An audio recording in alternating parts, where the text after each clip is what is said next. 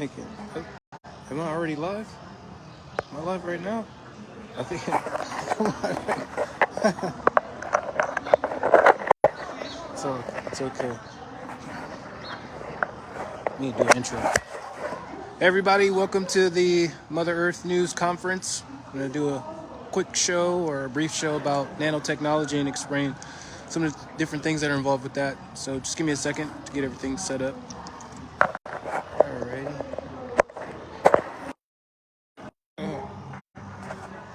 Alright, yeah. I was thinking maybe I should have rotated it the other way. I think it'll be okay. Because it's already live, so it'll be okay. Does that look good?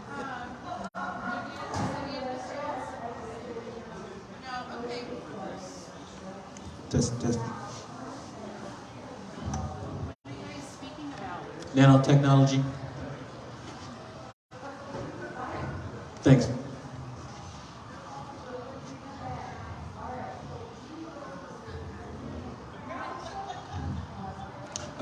Let me sign in first. Yeah.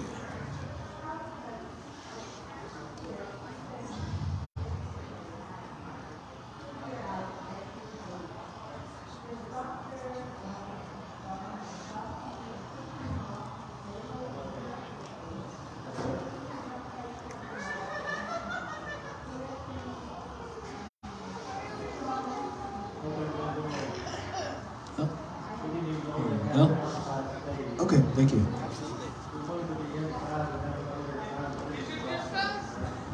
Yes. Thank you everyone for coming. This workshop is going to be about nanotechnology and some of the different things that are involved with that process. So just a quick background for you all if you don't know who I am. My name is Keishla Hope from Akron, Ohio. Been working with the USDA since 2018 on a congressional project called the High Tunnel Initiative.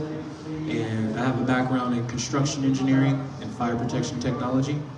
And my specialty is safety and sustainability. So here we go. Hopefully after this workshop you guys should have a better understanding on everything that's involved with nanotechnology and some of the things that you could implement into your daily lives and some of the things that can improve it on a day-to-day basis. Okay, so what is nanotechnology? Nanotechnology is on a rudimentary scale, a matter of atomic and molecular and supramolecular scale for industrial purposes. The earliest widespread description of nanotechnology referred to the particular technological goal of precisely manipulating atoms for molecules for fabrication of macroscale products, and also referred to as molecular nanotechnology. A more generalized description of nanotechnology was subsequently established by the National Nanotechnology Initiative, which defined, excuse me, let me move this out to the right, sorry about that, in which it defined nanotechnology as the manipulation of matter with at least one dimension size from 1 to 100 nanometers. This definition reflects the fact that quantum mechanical effects are important in this quantum realm scale, and so the definition shifted from a particular technological goal to a research category inclusive of all types of research and technologies that deal with the special properties of matter which occur below the given size threshold. It is therefore common to see plural form of nanotechnologies as well as nanoscale technologies. And to refer, can you guys hear me? And to refer the nanoscale technologies, there's a lot of different research and applications involved with that. So I'll be able to make this as easy as able to understand as possible. And that's basically like a pictorial of nanotechnology. It's extremely small, smaller than a DNA fiber. So this is definitely something we need to be able to pay attention to, considering being in urban farming or the agricultural industry, whether in research or anything of that nature. So where is nanotechnology found? Nanotechnology is found in biomaterials, consumer products, energy production, food, nanoelectronics, nanomedicine. So briefly, I'm going to cover some of the different things that are involved with those different areas. Okay.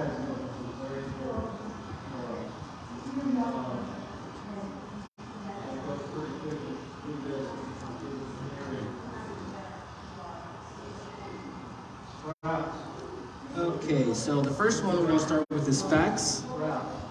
The average person already encounters nanotechnology in a range of everyday consumer products. Nanoparticulates of silver are used to deliver antimicrobial properties in hand washes, bandages, and socks. And zinc or titanium particulates, or the active UA protective elements, and modern sunscreens. Nanotechnology has several applications: food, technology, fuels, batteries, environmental causes, chemical sensors, and even sporting goods have already benefited from nanotechnology.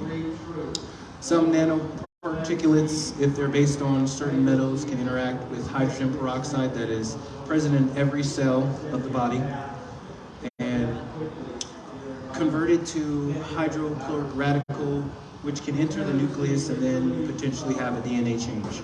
So just to minimize all of that, the nanotechnology, regardless of whatever application it's in, it's almost like the talk that I gave earlier about microplastics, and that disintegrates into the air, the soil, and the water as well. So if you're consuming these products, then 9 times out of 10 you're going to have it in your body. So let's move on. First one is biomaterials. There are 4 types of intentional produced nanomaterials. First one is carbon-based, the second one is metal-based, and the third one is dendrimers. And the fourth one is the nanocomposites, a material derived or produced by biological organisms like plants, animals, bacteria, fungi, and other life forms. They're also called biological derived materials. A material used for biological purpose, such as a biomedical application like treating an injury or growing biological cells. A biomaterial is a substance that has been engineered to interact with the biological system for a medical purpose, either therapeutic or diagnostic. As science, biomaterials is about 50 years old, so we've had this for some time. The military's had it before then, so we're just now seeing it. So the study of biomaterials is called Biomaterials of Science and Biomaterials of Engineering. Okay, and that's more or less a pictorial that just shows some of the different ways that it can heal the body, or it can interact with certain aspects of the cell or within your skin. Okay, consumer products. So we have a lot of different things that can range from scratch-proof eyeglasses, crack-resistant paints, anti-graffiti, coatings for walls, transparent sunscreens, stain repellents, fabrics, self-cleaning windows, ceramic coatings for solar cells.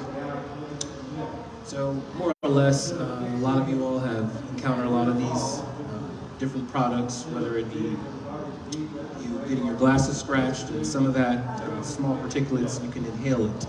And even, when you're driving, there's a lot of materials that are made within the car that disintegrates as time goes on due to weathering and other things of that nature. So we're going to move on. And in regards to the energy consumption side, it is commonly believed that the significant energy saving advantages belong to the logic circuits, which operate at low temperatures and less energy is needed for cooling them to the threshold temperature after operation. Also, nanoscale thermal management, efficient energy usage, nanoscale, and especially thermal optimization are the most the most challenging issues while dealing with the new generation of transistors, and the miniaturization, unlimitedly the silicon channels of transistors, has resulted in the increase in the energy consumption of computers and the leakage currents. Using the phase change material PCM in the building envelope, that's for construction, provides energy saving advantages for shaving peak heating and cooling loads. However, the Poor thermal conductivity of PCMs limits their application and potential benefits because of their inadequate heat storage release rates, increasing effective thermal conductivity, and adding nanoparticulates with the thermal conductivity to PCM. And in PCM could be a promising method to accelerate the phase and the change process. So if you just got here, I have a background in construction engineering, and I've worked with the USDA since 2018 and constructing high tunnels like that. And depending on your budget, I give people tips on how to maximize the growth and some of the technologies that they can put into the high tunnel, whether it be an air to water generator or some sort of heating method or an alternative light source if you wanted to replace the sun. So let's move on. Food. There is unfortunately a lot of nanotechnology in food that enhances the flavor and texture of foods to reduce fat content or to encapsulate nutrients such as vitamins to ensure that they do not degrade during the product's shelf life. In addition, this nanomaterial can be used to make packaging that keeps the product inside fresher for longer. The commonly used nanoparticulate in foods is titanium dioxide. It's used to make foods such as yogurts, coconut flakes. Looks as white as possible, provides opacity to other food colorings, and prevent ingredients from caking up. Common food-related products that can contain nanotechnology includes candies like M&M, Skittles, baby bottles, plastic storage containers. And the next bullet point is metal or metal oxide-based nanocomposites are used in food packaging and coating and sometimes even ingredients of food. Silver nanoparticulates and its nanocomposites are commonly used nanomaterials and antimicrobials in the food industry. And in the food processing, these nanostructures can be used as food additives, carriers for smart delivery of nutrients, anti-caking agents, antimicrobial agents, fillers for the improving mechanical and durability of the packaging and materials. So currently we're in an interesting time because with the FDA, a lot of these nanotechnologies that are put into foods, a lot of the major big companies, they don't have to disclose that type of technology is inside food and certain products. So at a lot of times you don't even know like what's in it, the same as microplastics. So moving on. And nanoelectronics, this goes more into the electrical phase, and the size of this is about 1 nanometers, and this is usually made of silicone, and it's the diameter of the DNA, as I was saying, the helix.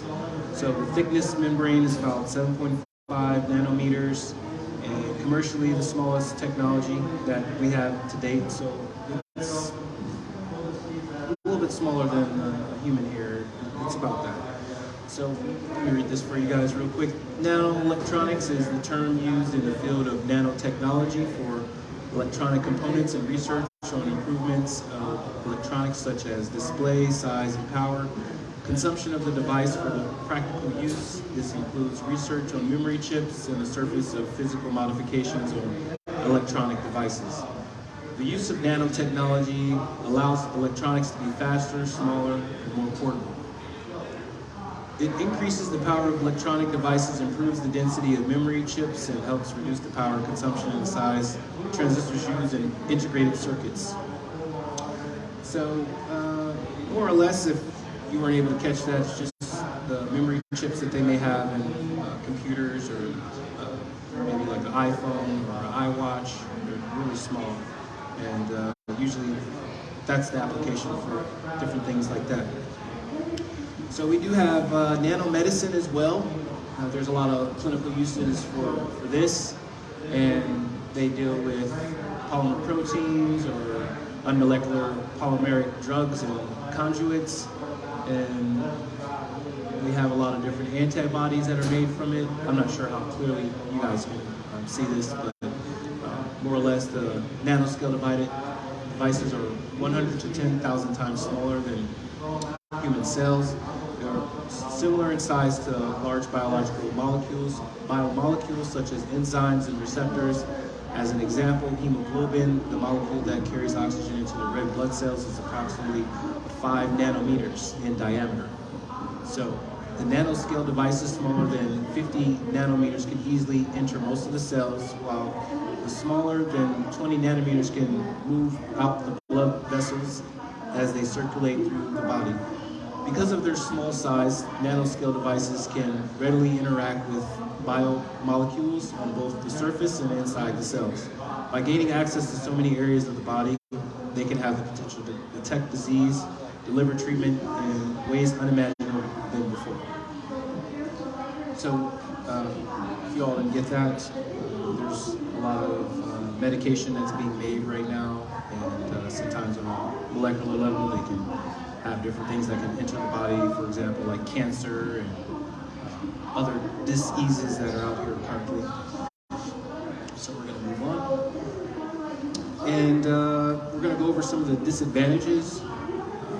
This is somewhat a chart that shows what they do help with. They help with clothes and verosuitable activity, the virus detections, vaccines, the inhibition of viral infections. It helps improve immunity system response. They use it for surface decontamination, auto cleans, masks. So there's a wide range. And when tackling the advantages and disadvantages of nanotechnology, we also need to point out what can be seen as the negative side of this technology. Included in the list of disadvantages of this science and its development is the possible loss of jobs in the traditional farming and manufacturing industry. You will also find the development of nanotechnology also bring about the crash of certain markets due to the lowering of value of oil, diamonds, due to the possibility of developing alternative sources of energy that are more efficient and won't require the use of fossil fuels. This can also mean, since people can develop products at a molecular level, diamonds will also lose its value since it can now be mass produced. Atomic weapons can now be accessible and made to more powerful and more destructive. These can also be more accessible with nanotechnology. Since these particulates are very small, problems can actually arise from inhalation, like we just mentioned earlier, and of these minute particulates, much like problems a person gets from inhaling a minute asbestos particulate. Presently, nanotechnology is very expensive, and developing it can cost you a lot of money, and it's also pretty difficult to manufacture, which is probably why a lot of products with nanotechnology are more expensive. So, more or less, the usage in this, it is somewhat beneficial, but I think that there's other options available, and as we create more research, we will need to definitely create something that's mitigating a lot of these issues in terms of what's going in the atmosphere, what's going in the soil, and what's going in the water, because it's a recycling water effect. So more or less, we have to make sure that we have different things in place to protect our communities as well as our livestock. So let's move on. Oh, and this is my sources: the National Cancer Institute, Nanosystems and Device, and then abradrola.com, molecularcloud.org, the National Nanotechnology Initiative, and the National Institute of Environmental Health and Sciences. Yeah.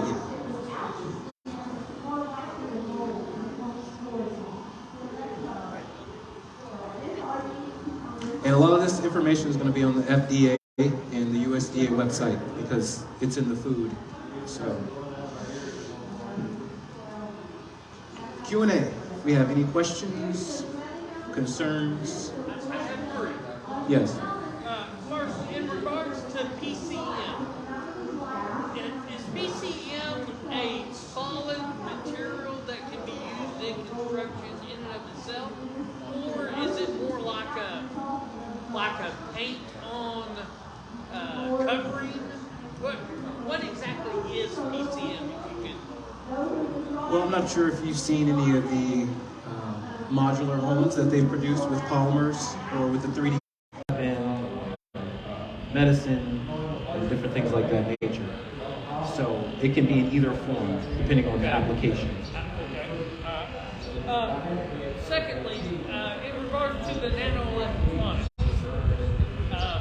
the slide indicated that the current smallest scale in the electronic realm is less than a human hair. How much smaller do you think nanotechnology can go in the electronic realm? Well, it's actually even smaller than a piece of hair. So, in terms of what the military uses and what we have for the public use is a lot different. Okay. So, all right. And lastly, in regards to the medicine side, can nanoscale devices at that size are we yet able to make them articulate? As in a machine would articulate, like either a bend or a spiral. Is there any movement that we can impart to a particle that small yet? yes, Okay. it's definitely tangible. Government use right now on the research side of things. So. Okay. That's all I have. Okay. Any further questions? Okay, everyone. If you're interested in playing a game real quick, we have something available for everyone. More or less, if anyone is able to identify 3 things that they may have consumed today that has nanotechnology in it, you'll win a prize. All right, I'll take a shot. Okay. I have a diet soda. I'm assuming that there's probably some degree of microplastic in the soda from the container at least that I consume. I'm currently wearing eyeglasses with an anti-scratch coating Okay. that may have nanotechnology. And let's see what else. I currently take prescription medications, that one of which does contain titanium particulate that I know of in the thing. So there's 3 things today that I have used that utilize nanotechnology. You are correct, sir. Now you only need 1 more for the consumption side. Oh, 1 more. Okay. Nachos today from the food vendor for lunch, served in a plastic container. All right. Okay? You're the winner. We have a voucher for you, so thanks. Thank you. Everybody clap for the winner. Alrighty. Once again, everyone, thank you for coming.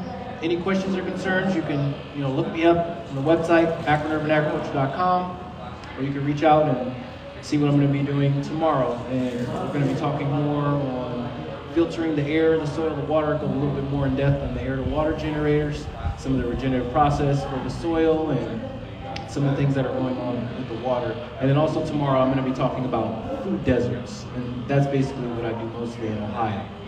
So, thank you everyone for coming. Have a wonderful day. Excellent. Thanks, man. No, not worried. No. Because we have God. There's always a plan, there's always a way, so you just gotta believe.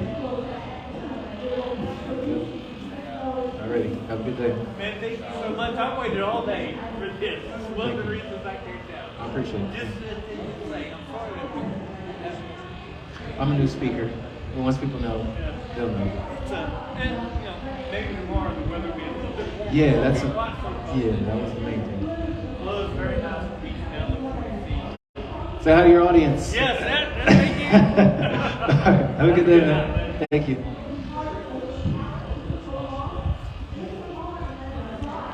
Alrighty, guys, thank you for joining in today's workshop about the nanotechnology. And tomorrow we're going to have more of an in-depth outlook on some of the different things that we have within the Mother Earth News Fair. First is going to be food deserts, and as I was mentioning previously, we're going to talk about some of the strategic strategies that you can put in place in order to modernize your farm. Because currently we have a lot of outdated practices with the air, the soil, and the water. And this is ultimately causing our system, our food industry to become degraded. So in order to prevent that, we need to make sure that everyone is up to speed and we make these different items budget friendly, because right now it's just about how much money you have. And in order for us to actually create a sustainable environment, we have to have things that are realistic for everyone. So thank you for joining, and have a wonderful day.